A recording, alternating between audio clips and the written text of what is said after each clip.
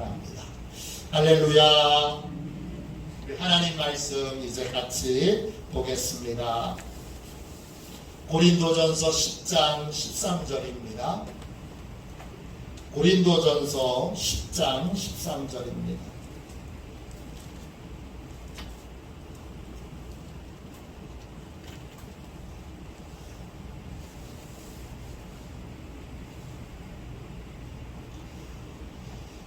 고린도전서 10장 13절 신약성경 제274쪽입니다. 우리 한 절 말씀을 같은 목소리로 읽도록 하겠습니다. 우리 같이 읽겠습니다. 함께 읽습니다. 사람이 감당할 시험 밖에는 너희가 당한 것이 없나니 오직 하나님은 미쁘사 너희가 감당하지 못할 시험 당함을 허락하지 아니하시고 시험 당할 즈음에 또한 피할 길을 내사 너희로 능히 감당하게 하시느니라. 아멘. 피할 길을 주시는 하나님, 피할 길을 주시는 하나님, 이런 제목으로 같이 은혜를 나누겠습니다. 제가 여기 앉아 계신 어르신들의 귀에 나이가 젊지만 이제 저도 50대 중반이 됐습니다. 제 인생을 뒤돌아보면서 제 인생에서 제가 실수했던 가장 치명적인 실수가 뭘까 생각해보면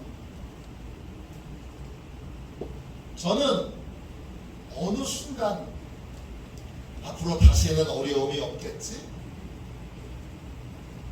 어느 순간 다시는 시험이 없겠지? 이렇게 생각하는 순간이 있었습니다.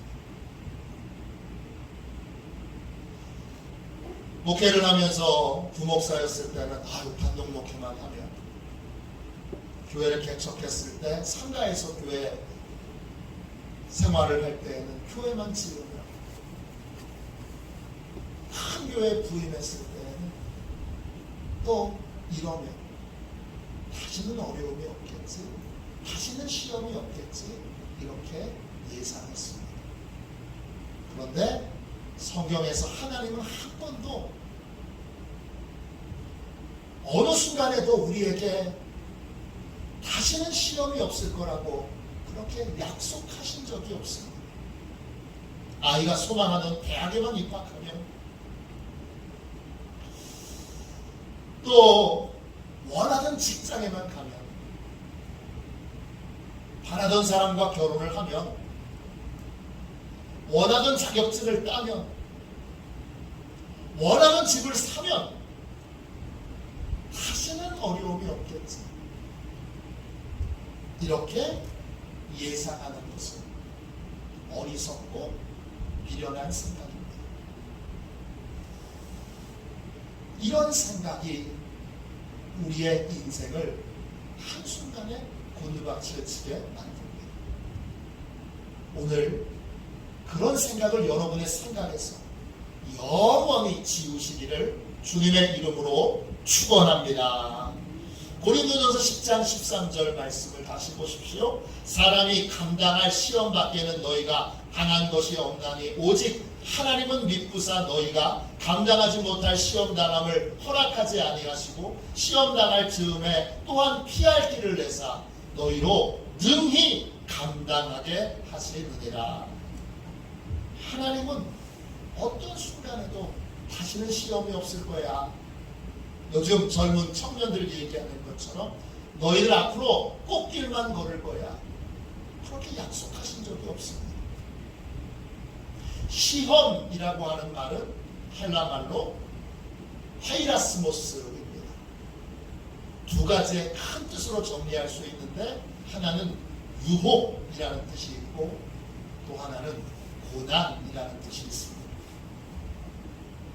하나님은 한 번도 유혹이 없는 삶을 약속하지 않으셨습니다. 너는 다시는 사단이 너를 유혹하지 않을 거야, 그렇게 약속하지 않으셨습니다. 또 다시는 고난이 내 인생에 없을 거야.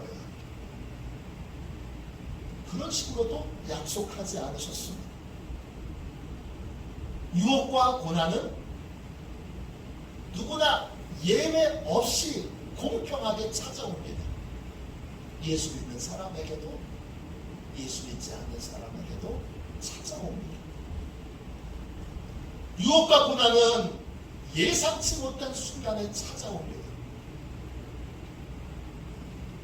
또 한 번 지나갔다고 끝나는 것이 아니라 유혹과 고난은 수시로 찾아옵니다. 우리는 수시로 찾아올 거라는 걸 알고 있어야 합니다. 아닐 거야. 그리고 무방비 상태로 있어서는 안 되고 찾아올 걸 알아야 됩니다. 그리고 유혹과 고난이 찾아올 때 우리는 주님이 주신 확실한 약속을 붙들고 있어야 합니다. 오늘 그 약속이 본문에 나와 있습니다. 유혹이 찾아올 때, 고난이 찾아올 때 하나님께서 무엇을 우리에게 약속하셨습니까? 첫 번째, 하나님은 우리와 함께 하신다고 약속하셨습니다. 13절 말씀을 몇 번 더 읽겠습니다. 한 번 더 읽어보겠습니다. 사람이 감당할 시험 밖에는 너희가 당한 것이 없나니 오직 하나님은 미쁘사 너희가 감당하지 못할 시험 당함을 허락하지 아니하시고 시험 당할 즈음에 또한 피할 길을 내사 너희로 능히 감당하게 하시느니라 그랬습니다. 이 중간에 오직 하나님은 미쁘사 그랬습니다. 우리 하나님은 어떤 분이십니까? 하나님은 미쁘신 분이십니다. 미쁘다 이 말은 헬라 말로 피스토스입니다.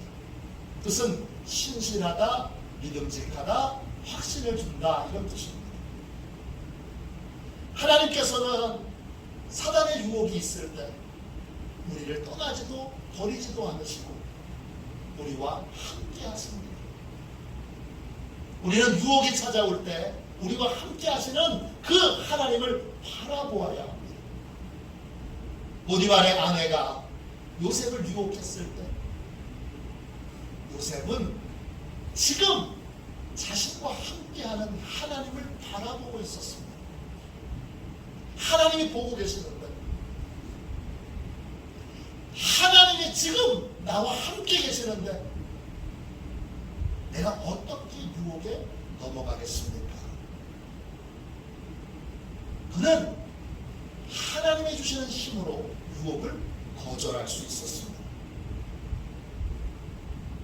보디발의 아내의 유혹은 한 번만 이루어졌던 것이 아닙니다. 수시로 이루어졌고 계속 이루어졌고 나중에는 이 보디발의 아내가 자존심도 다 내려놓고 요셉의 옷자락을 붙들고 매달리며 유혹합니다. 이때 요셉은 번번이 하나님을 바라보고 번번이 거절하고 또 계속 거절하고 나중에는 용기 있게 매달리는 보디발의 아내의 그 손을 뿌리치고 옷을 벗어버리고 도망갑니다. 어떻게 그럴 수 있습니까? 하나님을 바라보았기 때문입니다. 하나님께서는 고난의 순간에도 우리와 함께 하십니다. 고난의 순간에도 힘들고 괴롭고 답답하고 아프고 슬픈 순간에도 우리는 하나님을 바라봐야 합니다. 오직 하나님만 바라보고 여러분 하나님께만 소망을 둬야 합니다. 다른 거 믿거나 의지하면 낙심할 수밖에 없습니다. 사람을 의지하면 반드시 고난의 순간에 낙심합니다.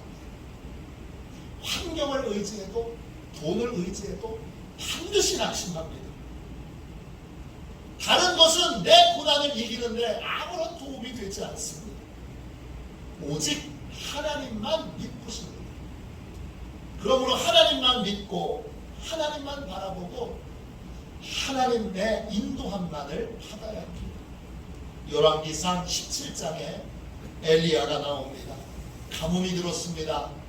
엘리야는 아합 왕과 이세벨, 그 부인 이세벨에게 쫓기고 있었습니다. 가뭄의 때에, 흉흉한 때에 쫓기고 있으니까 숨을 곳이 필요합니다. 하나님께 간절히 기도했더니 하나님이 사르밧 과부의 집에 가서 머물라고 하십니다. 사르밧은 이세벨의 고향입니다. 이세벨은 시돈 땅에 있는 사르밧, 거기가 고향입니다. 이세벨은 엘리야를 찾기 위해서 이스라엘 땅 전체를 뒤지고 있습니다. 그러니까 이스라엘 땅 어디에도 안전한 곳이 없는데 하나님이 기가 막힌 도피처를 알려주십니다. 그곳은 이세벨의 고향이 있는 시돈의 바로 사르밧, 글로 가라는 겁니다. 하나님의 인도에 따라 엘리야는 사르밧으로 갑니다. 그곳에서 과부를 만납니다. 근데 예상과 달리 과부가 너무 가난합니다. 집에 남아있는 건 밀가루 한 줌, 그리고 기름 조금입니다. 그런데 엘리야는 거기서 실망하지 않고 하나님의 인도하심을 끝까지 신뢰하고 이렇게 말합니다. 작은 떡 하나를 만들어서 나부터 먼저 먹게 해주시오. 그러면 가뭄이 끝나는 날까지 당신과 당신의 아들에게 양식과 기름이 떨어지지 않도록 하나님이 책임져 주실 겁니다. 엘리야는 어떻게 이렇게 담대하게 말할 수 있었습니까? 하나님께서 가뭄의 기간 내내 과부를 통해 엘리야를 먹이시겠다고 약속하셨기 때문입니다. 엘리야가 끝까지 하나님을 신뢰하고 가난한 과부를 만나도 실망하지 않고 하나님의 인도를 따랐더니 가뭄의 기간 동안 하나님께서 과부의 집에 밀가루와 기름이 떨어지지 않도록 계속 축복해 주셨습니다. 엘리야도 살고 과부도 살고 과부의 아들도 살게 됐습니다. 우리는 유혹의 순간에도 하나님이 지금 나와 함께 계시지 하나님을 바라봐야 합니다. 그러면 유혹을 이길 수 있는 힘을 얻습니다. 또 우리는 고난의 순간에도 우리와 함께 계신 하나님을 바라봐야 합니다.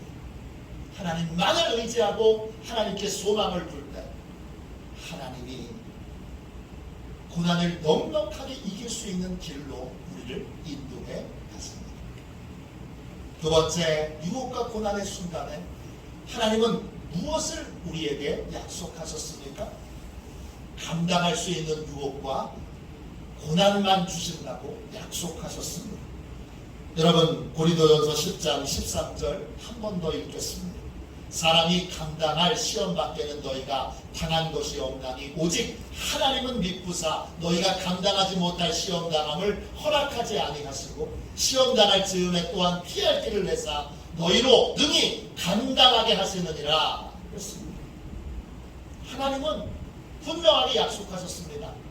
감당할 시험만 주신다. 감당하지 못할 시험은 주시지 않는다.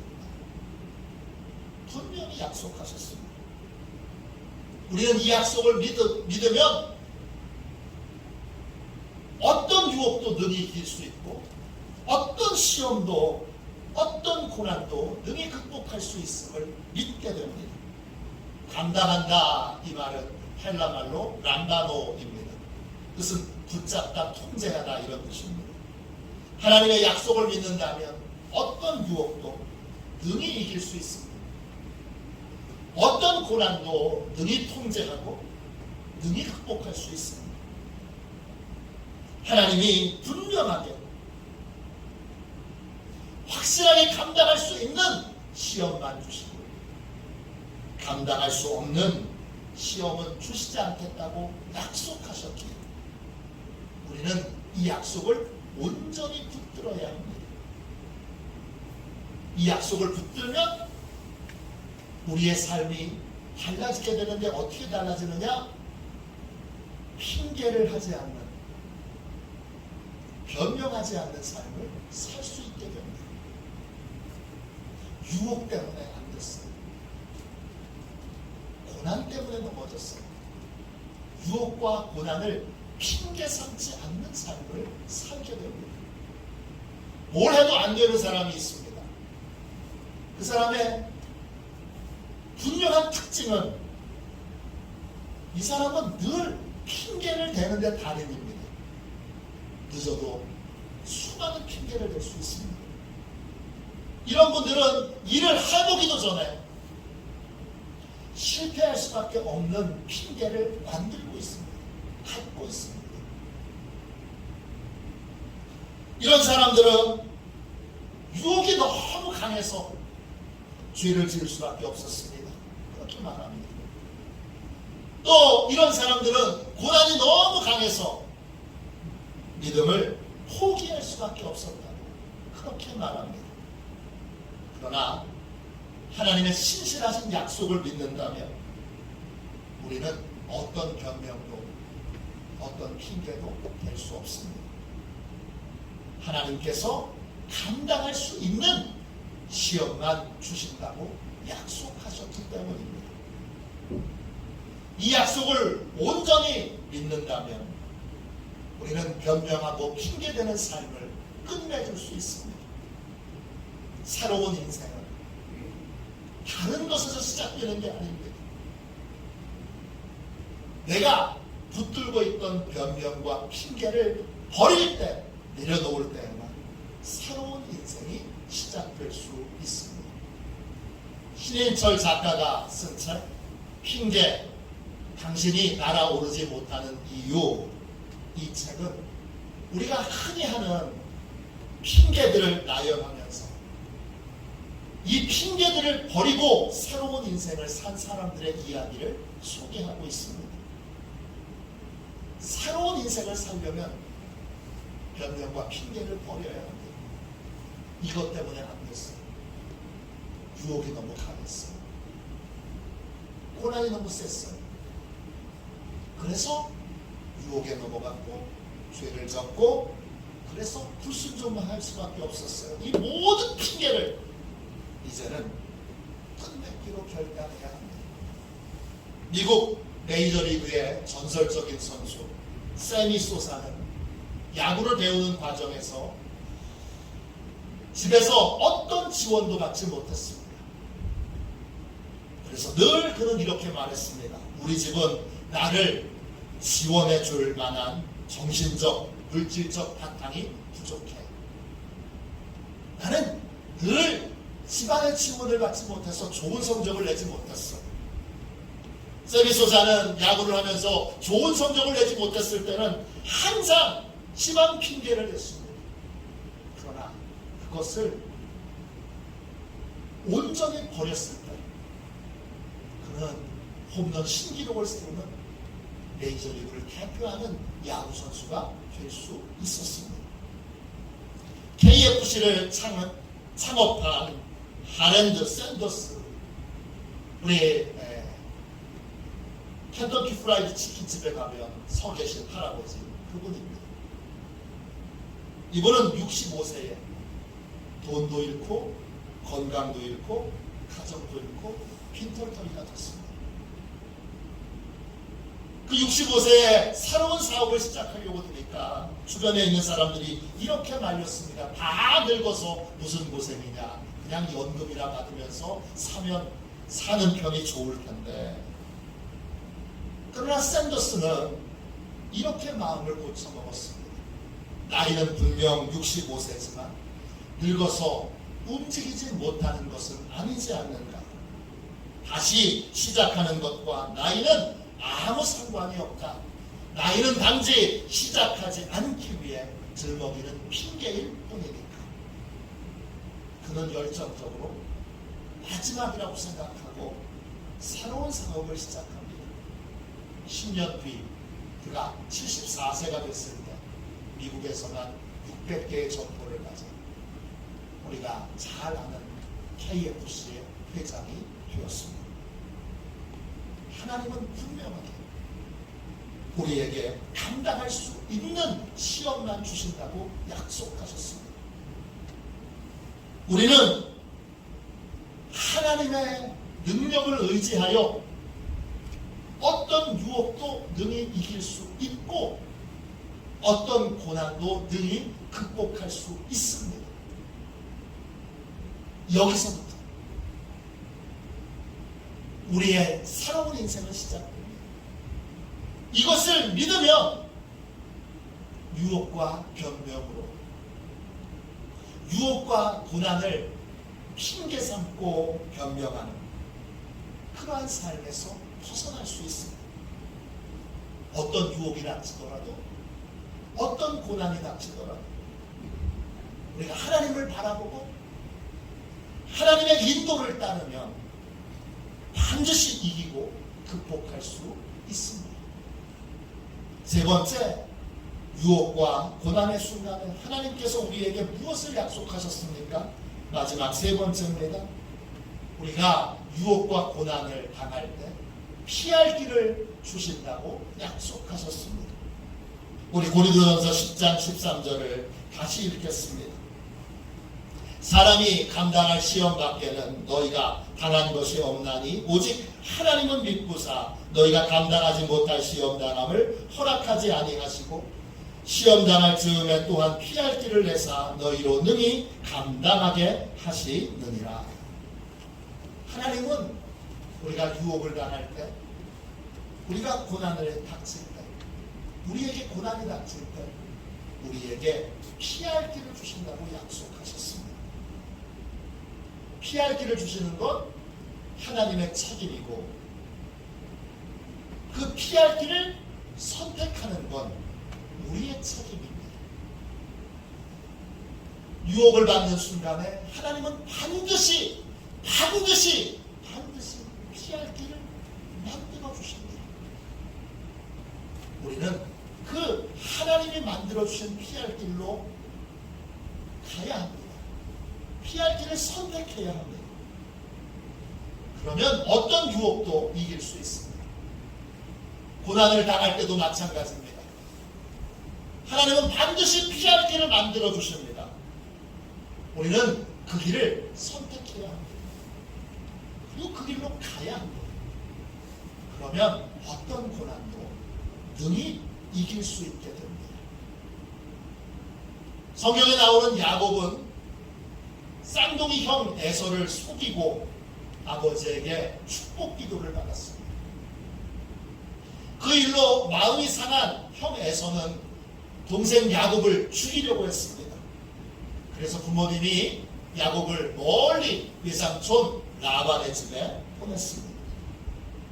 20년이라고 하는 세월이 흘렀습니다. 야곱이 이제 고향으로 돌아오게 됐습니다.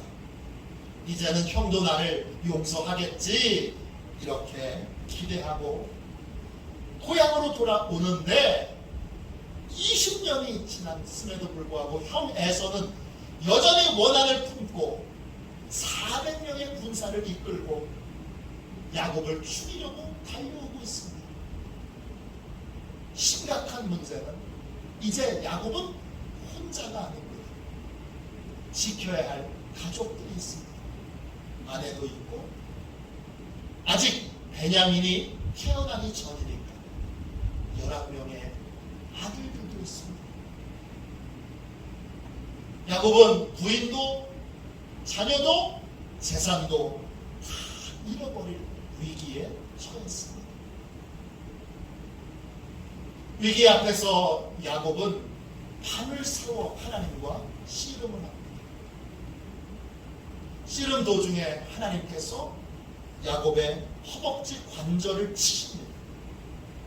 그리고 그 관절이 어긋나게 됩니다. 이것은 야곱이 하나님께 항복하게 되었다는 걸 뜻합니다. 위기 앞에서 하나님과 씨름하여 하나님께 굴복하게 되고 하나님께 항복하게 된 야곱은 마침내 하나님을 신뢰하고 하나님의 방법에 복종하게 됩니다. 그러자 어떤 일이 벌어집니까?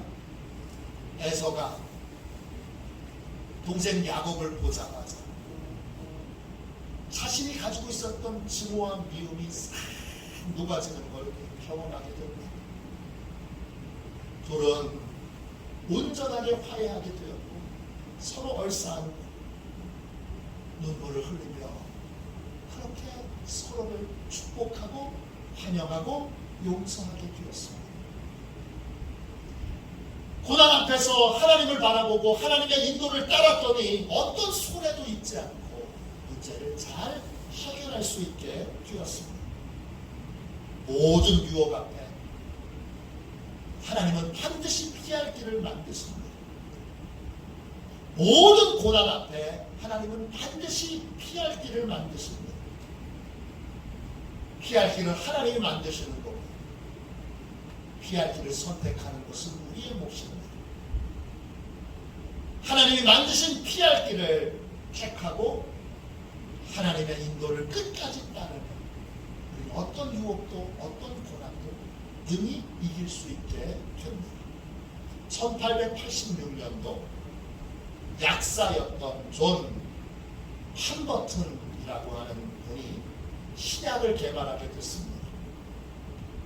이분이 숙취해소제를 개발하게 됐는데 허브와 오동나무 껍질을 이용해서 숙취해소제를 개발했습니다.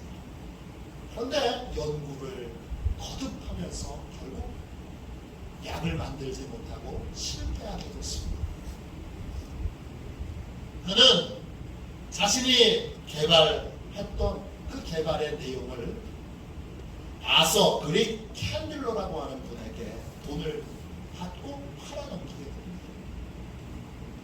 후에 이 아서 그릭 캔들러가 이 숙취해소제, 실패한 숙취해소제를 갈증을 해소하는 새로운 음료로 그렇게 개발하여 출시하게 됩니다. 그것이 우리가 마시는 코카콜라입니다. 하나님은 때때로 실패를 통해 우리의 걸음을 다른 곳으로 옮기시기도 합니다. 팝시콜라도 소화제를 개발하다가 실패해서 만들어진 음료입니다. 1439년 구텐베르크는 주물 제작 기술자였습니다. 당시 유럽은 성지순례가 유행이었습니다. 근데 호텔마다 거울이 없었습니다. 그래서 성지순례 가는 사람들은 반드시 필수품으로 손거울을 챙겨가야 했습니다. 구텐베르크는 교황청에서 32,000개의 손거울 틀을 주문받습니다. 그래서 많은 주석과 납을 구입해 놨는데 교황청이 갑자기 계약을 파기합니다. 왜냐? 유럽에 팬데믹이 일어났기 때문입니다. 유럽에 패스트라고 하는 전염병이 돌아 전 유럽을 지옥으로 만들었기 때문입니다. 갑자기 일은 끊기고 사다 놓은 주석과 납은 산더미같이 있습니다. 이걸로 어떻게 할 것인가? 구텐베르크는 성지순례보다 더 위대한 일을 이 주석과 납을 쓰기로 결정합니다. 그래서 금속 활자를 만들어 성경을 찍어내는 것에 도전합니다. 여러 번의 실패를 거쳐서 주석과 납의 여러 혼합 비율을 조정하는 끝에 그는 금속 활자를 만들어내고 그리고 대량으로 성경을 찍어내는 데 엄격한 공헌을 세웁니다. 구텐베르크는 실패해도 낙심하지 않고 하나님을 바라봅니다. 피할 길을 주시는 하나님, 피할 길을 만들어 놓으신 하나님을 발견하고 만나 그는 피할 길을 택합니다. 그리고 끝까지 하나님의 인도를 받아 금속 활자를 만들고 종교개혁에 원동력이 되는 위대한 삶을 살게 되었습니다. 하나님은 유혹 앞에서, 고난 앞에서 반드시 피할 길을 만드십니다. 우리가 해야 할 일은 두려워하지 말고 하나님이 마련해 놓으신 피할 길을 택하는 것입니다. 피할 길을 택하여 온전히 하나님의 인도를 받으면, 그러면 하나님이 예비해 놓으신 놀라운 은혜와 복을 받고 누릴 수 있게 됩니다. 우리의 인생은 수시로 유혹과 고난이 찾아옵니다. 유혹과 고난이 없는 삶, 이런 삶을 소망하지 마십시오. 이런 삶을 하나님은 한 번도 약속하신 적이 없습니다. 유혹과 고난은 공평하게, 그리고 예고 없이, 그리고 수시로 우리를 찾아옵니다. 하나님이 약속하신 건 유혹과 고난이 없는 삶이 아니라 유혹과 고난을 극복하는 삶입니다. 하나님은 극복할 수 있는 길을 약속하셨고, 극복할 수 있는 힘을 약속하셨습니다. 우리는 고난과 유혹이 닥칠 때 하나님의 약속을 붙들어야 합니다. 이 고난과 유혹에도 하나님이 함께 계실 것이고, 그리고 우리가 감당할 수 있는 고난과 유혹만 주실 것이고, 유혹과 고난이 닥칠 때에 반드시 피할 길을 만들어 주신다고 약속하셨습니다. 우리는 이 약속을 믿고 유혹과 고난 앞에서 하나님을 바라보고 하나님이 만드신 피할 길을 선택하고 하나님의 인도를 따라야 합니다. 그러면 유혹은, 고난은 우리에게 축복이 되고 은혜가 되고, 유혹과 고난을 이김으로 우리는 더욱 복되고 귀한 삶을 살 수 있게 됩니다. 이런 복된 삶을, 이 약속을 붙들고 사시는 저와 여러분이 되시기를 주님의 이름으로 축원합니다. 우리 찬송가 310장 1절만 우리 함께 찬양하고 통성으로 하나님의 약속을 믿고 유혹 앞에서, 또 고난 앞에서 핑계를 버리고 하나님이 마련해 놓으신 피할 길을 선택하여 넉넉하게 감당하고 넉넉하게 이기고 넉넉하게 극복하는 복된 삶을 살도록